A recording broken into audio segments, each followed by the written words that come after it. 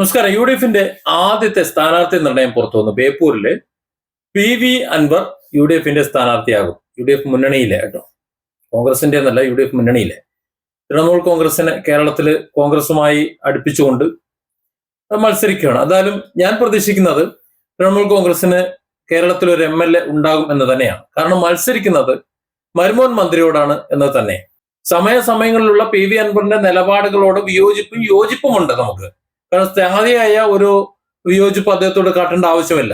ഷാജിസ്കറിയയെ നിർത്താതെ പിടിവിടാതെ പിന്തുടർന്നുകൊണ്ട് കള്ളക്കേസുകളും വ്യാജ ആരോപണങ്ങളും ചമച്ചുകൊണ്ടിരുന്നപ്പോ ഒരു കാരണവശാലും PV അൻവറിനോടൊപ്പം നിൽക്കാൻ പറ്റുന്ന ഒരു സാഹചര്യമായിരുന്നില്ല. പക്ഷേ അൻവർ MLA എന്ന നിലയിൽ സ്വന്തം നാട്ടുകാർക്ക് പ്രിയപ്പെട്ടവനായിരുന്നു എന്ന് വസ്തുതയാണ്. അത് മറച്ചുവെച്ചിട്ട് കാര്യമില്ല. ഒരുപക്ഷെ രാഷ്ട്രീയ പ്രതിയോഗികളും രാഷ്ട്രീയ എതിരാളികളും ഒക്കെ CPM ഒക്കെ ഇന്നത്തെ CPM ഒക്കെ ഒരുപക്ഷെ PV അൻവറിനെ കുറ്റം പറയുമായിരിക്കും. പക്ഷെ മലപ്പുറത്ത് താമസിക്കുന്ന ഒരാളെന്ന നിലയിൽ PV അൻവർ നിലമ്പൂർ മണ്ഡലത്തിൽ അദ്ദേഹത്തിന് കഴിയുന്നത് അദ്ദേഹത്തിന്റെ ജനതയോട്, അദ്ദേഹത്തെ വോട്ട് ചെയ്ത വിഭാഗത്തോട് കൂറു പുലർത്താൻ അദ്ദേഹം ശ്രമിച്ചിട്ടുണ്ട് എന്നത് വസ്തുതയാണ്. കാരണം മറ്റ് MLA-മാരെ പോലെയല്ല, കൈ മുറുക്കി അങ്ങ് ഇറങ്ങാണ്. ഒരു സാധാരണക്കാരനായി ഒരു മുണ്ടും മടക്കി കുത്തി അങ്ങ് ഇറങ്ങും. തന്റെ ജനത എന്ത് തന്നെ ആയിരുന്നാലും അത് തനിക്ക് വോട്ട് തന്നവരാണ്. അത് ആര് തന്നെ ആയിരുന്നാലും, ഇനി CPM ആണോ BJP ആണോ അങ്ങനെ നോക്കാറൊന്നുമില്ല. അദ്ദേഹത്തെ സമീപിക്കുന്ന ആരായാലും അതിന് എന്തെങ്കിലുമൊക്കെ ചെയ്തു കൊടുക്കുക എന്നുള്ള ഒരു ഉത്തരവാദിത്വം അദ്ദേഹം ചെയ്തതായിട്ട് ശ്രദ്ധയിൽപ്പെട്ടിട്ടുണ്ട്. പക്ഷെ രാഷ്ട്രീയത്തിൽ ഇലക്ഷനിൽ അതൊന്നും ആരും പറയില്ലല്ലോ. ഇപ്പോ PV അൻവർ മത്സരിക്കുന്നത് UDF-നൊപ്പം ആയതുകൊണ്ട് സ്വാഭാവികമായിട്ടും ഇടതുപക്ഷവും BJP-യും അദ്ദേഹത്തിനെതിരെ നിൽക്കും. അതായിരിക്കും ഇനി കാണാൻ പോകുന്നത്. പക്ഷെ ചില വസ്തുതകൾ പറയാതിരിക്കാൻ വയ്യ.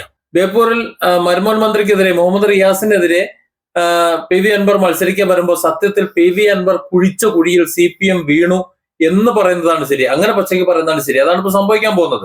കാരണം CPM-ലെ തന്നെ ഒരു വിഭാഗം പിണറായിക്കും പിണറായിസത്തിനും എതിരാണ്, പിണറായിയുടെ ഏകാധിപത്യത്തിനെതിരാണ്. കാരണം CPM എന്ന് പറയുന്ന ഒരു പാർട്ടി ഒരു ചില്ലറ പാർട്ടി ഒന്നുമല്ല. അത് നിലനിൽക്കണമെന്ന് ഇപ്പൊ കഴിഞ്ഞ ദിവസം അറിയാമല്ലോ.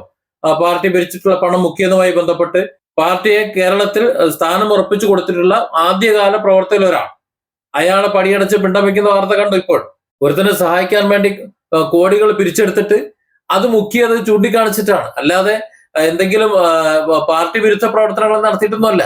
അതായത് പാർട്ടിയുടെ പേരിൽ ചില നേതാക്കൾ ചെയ്യുന്നത് അഴിമതിയാണ്, അത് ശരിയല്ല, ആ നിലപാട് ശരിയല്ല, ഇത്ര മുക്കി, ഇത്ര ലക്ഷം മുക്കി എന്നൊക്കെ വിളിച്ചു പറയുമ്പോൾ അത് ആ നേതാക്കൾക്ക് ചൊറിയുന്നു.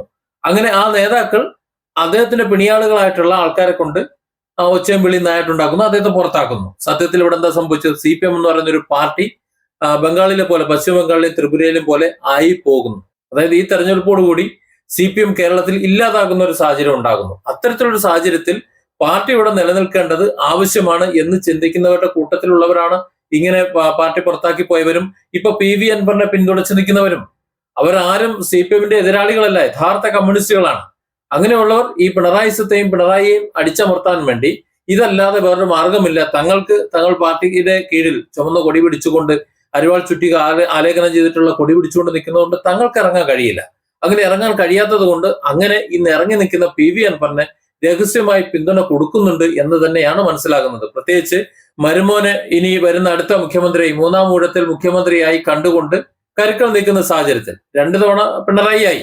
അതായത് കുടുംബവാഴ്ച അദ്ദേഹം ആഗ്രഹിക്കുന്നു. കുടുംബവാഴ്ച അല്ലാന്നുണ്ടെങ്കിൽ അദ്ദേഹം കാണിച്ചു കൂട്ടിയിട്ടുള്ള അഴിമതികളോ മറ്റു കാര്യങ്ങളോ ബാക്കിയുള്ളവർ പിടിച്ച് പുറത്തിട്ട് കഴിഞ്ഞാൽ ശിഷ്ടകാലം ജയിലിൽ പോയി കിടക്കേണ്ട ചില സാഹചര്യങ്ങൾ ഉണ്ടായെന്ന് വരും. പറയാൻ പറ്റില്ലല്ലോ, കഥ മാറിക്കിടക്കല്ലേ.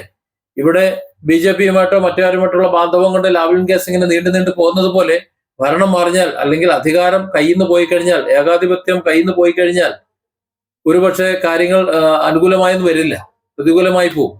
അല്ലെങ്കിൽ ദുബായിക്ക് വല്ലതും പായണം, അതായിരിക്കും നിലവിലുള്ള അവസ്ഥ.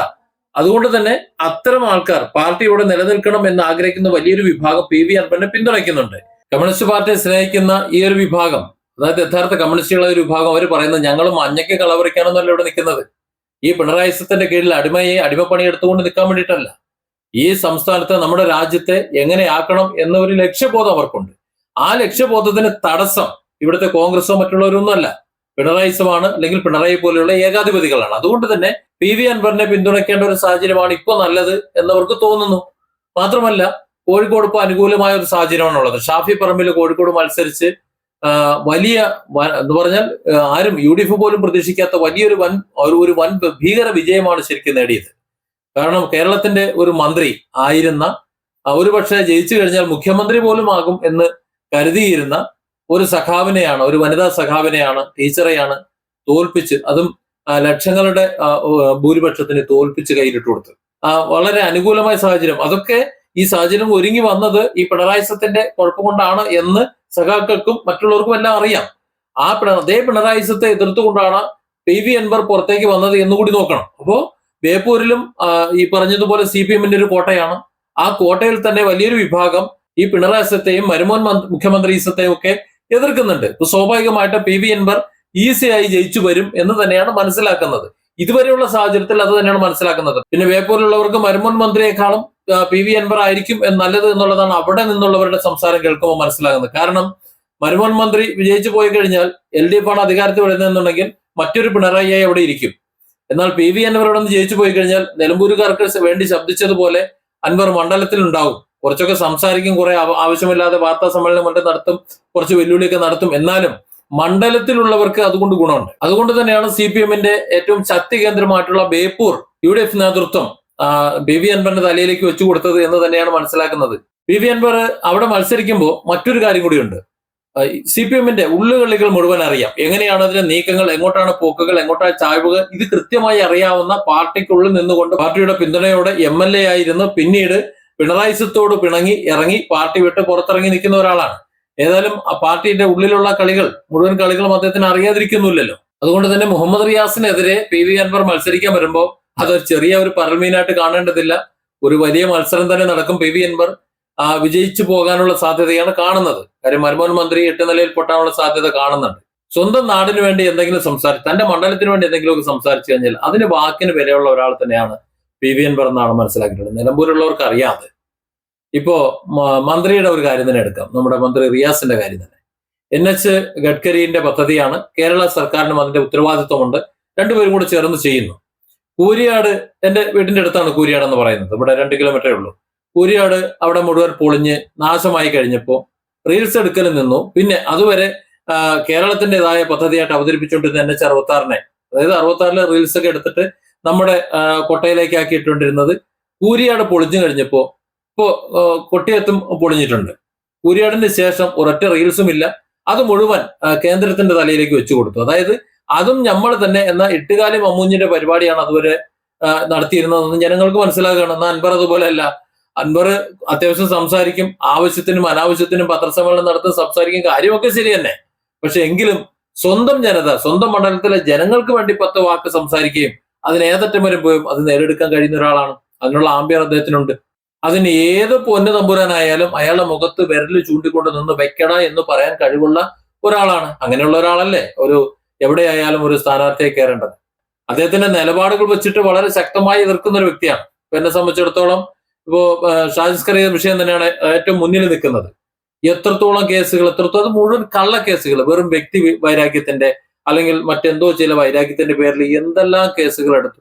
2-3 മാസം ആ സാധു ഒളിവിൽ വരെ പോയിരിക്കേണ്ട ഒരു സാഹചര്യം ഉണ്ട്. സുപ്രീം കോടതി പോയിട്ടാണ് പിന്നെ കേസ് ജാമ്യം കിട്ടിപ്പോരുന്നത്. പക്ഷെ ഒരു ഉപയോഗം ഉണ്ടായി PV അൻവർ വിചാരിച്ചപ്പോൾ.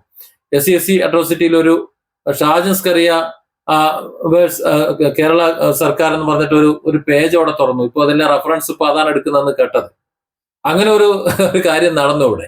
SC അട്രോസിറ്റി കള്ളക്കേസുകൾ, വ്യാജ കേസുകൾ കൊടുക്കുന്നതിനുള്ള ചില നിയന്ത്രണങ്ങളൊക്കെ അതുകൂടി വന്നു. അത് ഇന്ത്യയിൽ മൊത്തം അത്തരത്തിൽ കഷ്ടപ്പെടുന്ന കുറെ പാവങ്ങൾക്ക് ഗുണമുണ്ടായി. അതായത് അറിയാതെങ്കിലും PV അൻവർ ഷാജിസ്കറിയെ പൂട്ടാൻ നോക്കിയത് അതും ജനങ്ങൾക്ക് ഉപകാരമായി എന്നാണ് പറയുന്നത്. പാർട്ടിയിൽ നിന്ന് പുറത്ത് വന്ന ശേഷം ഏതാണ്ട് 1 വർഷം മുമ്പ് PV അൻവർ നിലമ്പൂരിൽ നടത്തിയിട്ടുള്ള ഒരു സമരം നമുക്കറിയാം.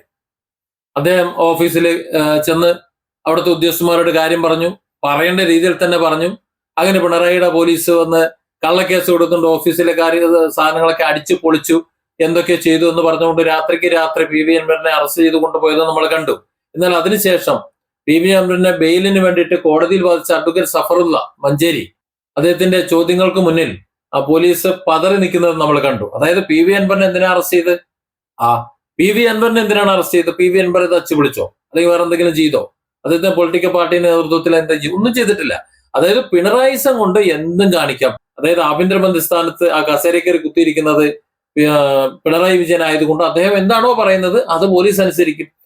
PV അൻവറിനെ പൊക്കി അകത്തിടാൻ പറഞ്ഞു, അകത്തിട്ടു. പക്ഷെ നിയമപരമായി ചോദിക്കുമ്പോൾ ചോദ്യങ്ങൾക്ക് മറുപടി പറയണ്ടേ. അതാണ് അഡ്വക്കേറ്റ് സഫറുള്ള, മഞ്ചേരിയിലെ പ്രഗത്ഭനായ വക്കീലാണ്. അദ്ദേഹത്തിന് അറിയാം എന്താണ് സംഭവം എന്നുള്ളത്. പി വി അൻവറിനെ മറ്റുള്ളവരുമൊക്കെ നിലമ്പൂരിന്റെ ഒക്കെ സ്പന്ദനം അറിയുന്ന ഒരാളെന്ന നിലയിൽ കുറെ ചോദ്യങ്ങൾ അദ്ദേഹം ചോദിച്ചു. ആ ചോദ്യങ്ങൾക്കൊക്കെ പോലീസ് ശിക്ഷ വരച്ചോണ്ടിരുന്നത് അതുകൊണ്ടാണ്. തുടർന്ന് അൻവർ 24 മണിക്കൂർ പോലും ജയിലിൽ കിടക്കേണ്ടി വന്നില്ല. വൈകുന്നേരം പിടിച്ചോണ്ട് പോയി രാവിലെ ജാമ്യം കിട്ടി പുറത്തു വരുന്നത് നമ്മൾ കണ്ടത്. അതായത് അൻവറിനെ നിയമവിരുദ്ധമായിട്ട് പൂട്ടാൻ മാത്രമേ സാധിക്കൂ, നിയമവിധേയമായി പൂട്ടാൻ സാധിക്കില്ല. പിന്നെ അദ്ദേഹത്തിന്റെ ചില പദ്ധതികളുണ്ട്.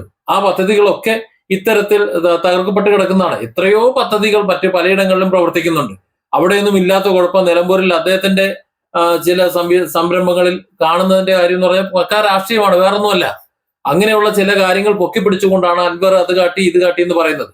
ഭൂമി ഇടപാടും മറ്റിടപാടും വ്യക്തിപരമായിട്ടുള്ള പല കാര്യങ്ങളും പല കേസുകളും അതിൽ കേസുകൾ പറയുന്നുണ്ട്, കാര്യമൊക്കെ ശരി. പക്ഷെ ഒരു MLA എന്ന നിലയിൽ അദ്ദേഹത്തിന്റെ മണ്ഡലത്തിലെ ജനങ്ങൾക്ക് ഉപകാരമാണോ അത് നോക്കിയാൽ മതി. ബാക്കിയുള്ളതൊക്കെ അദ്ദേഹം സ്വന്തമായിട്ട് നോക്കുന്നതാണ്. ഇപ്പൊ രാഹുൽ മാങ്കൂട്ടത്തിന്റെ കാര്യം സംസാരിക്കുന്നുണ്ട്. രാഹുൽ മാങ്കൂട്ടത്തിൽ അദ്ദേഹത്തെ ഒരുപാട് ആൾക്കാർ ആക്ഷേപിക്കുന്നുണ്ട്, പെണ്ണുപിടിയനാണ്, അതാണ് ഇതാണ് മറ്റാണ് മറിച്ചാണെന്ന്. പക്ഷെ എന്തൊക്കെ പറഞ്ഞു കഴിഞ്ഞാലും ഇന്ത്യയിലെ നിയമവ്യവസ്ഥയ്ക്ക് അദ്ദേഹം ഒരു കുറ്റക്കാരനല്ല എന്നേ വരുള്ളൂ. അത് മാത്രമല്ല പാലക്കാട് മണ്ഡലത്തിൽ അദ്ദേഹത്തിന്റെ അവസ്ഥ എന്താ? ആ മണ്ഡലത്തിൽ അദ്ദേഹത്തിന് ചെയ്യാൻ കഴിയുന്ന മുഴുവൻ ചെയ്യുന്നുണ്ട്. പാലക്കാടത്തെ മണ്ഡലം ഇദ്ദേഹത്തിന്റെ പെണ്ണ് കേസോ മറ്റേ കേസോ പറയാനോട്ട് തയ്യാറുമല്ല. അദ്ദേഹത്തിന്റെ രാഷ്ട്രീയ വിരോധികൾ മാത്രമേ പറയൂ.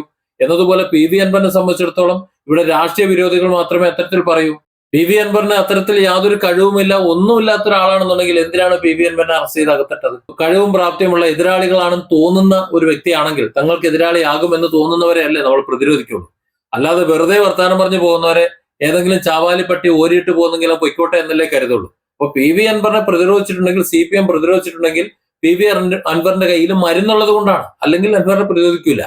അതുകൊണ്ട് തന്നെയാണ് അറിഞ്ഞുകൊണ്ട് മരുമോൻ മന്ത്രിയെ പ്രതിരോധിക്കാൻ ഏറ്റവും നല്ലത് PV അൻവറാണ് എന്ന് UDF നേതൃത്വം തീരുമാനിച്ചതെന്നാണ് എനിക്ക് തോന്നുന്നത്. ഈ വരുന്ന അസംബ്ലി തെരഞ്ഞെടുപ്പിൽ ഏറ്റവും ശക്തമായ ഒരു മത്സരമായിരിക്കും ബേപ്പൂരിൽ നടക്കാൻ പോകുന്ന കാര്യത്തിൽ സംശയമൊന്നുമില്ല. കാരണം CPMന്റെ കോട്ടയാണ്. ആ കോട്ടയിൽ നല്ല വിള്ളൽ ഉണ്ടാകുമെന്നും വടകരയിൽ സംഭവിച്ചതുപോലെ ബേപ്പൂരിലും സംഭവിക്കും എന്ന് തന്നെയാണ് വലിയൊരു വിഭാഗം സഖാക്കൾ എന്ന് പറഞ്ഞാൽ ഈ പിണറായിസത്തെയും ഏകാധിപത്യത്തെയും എതിർക്കുന്ന കുറച്ച് സഖാക്കളും യഥാർത്ഥ കമ്മ്യൂണിസ്റ്റ് സഖാക്കളും അതുപോലെ ഒരു മാറ്റം വരണം എന്നാഗ്രഹിക്കുന്ന മറ്റുള്ളവരും ചിന്തിക്കുന്നത്. കാര്യം അൻവർ MLA എന്ന നിലയിൽ അത്ര മോശക്കാരനൊന്നുമല്ല, ബാക്കിയുള്ള കാര്യങ്ങളല്ലേ അത് കോടതി തീരുമാനിക്കട്ടെ എന്ന് അവർ കരുതിക്കോളും. Different angles. Don't forget to subscribe and support this channel.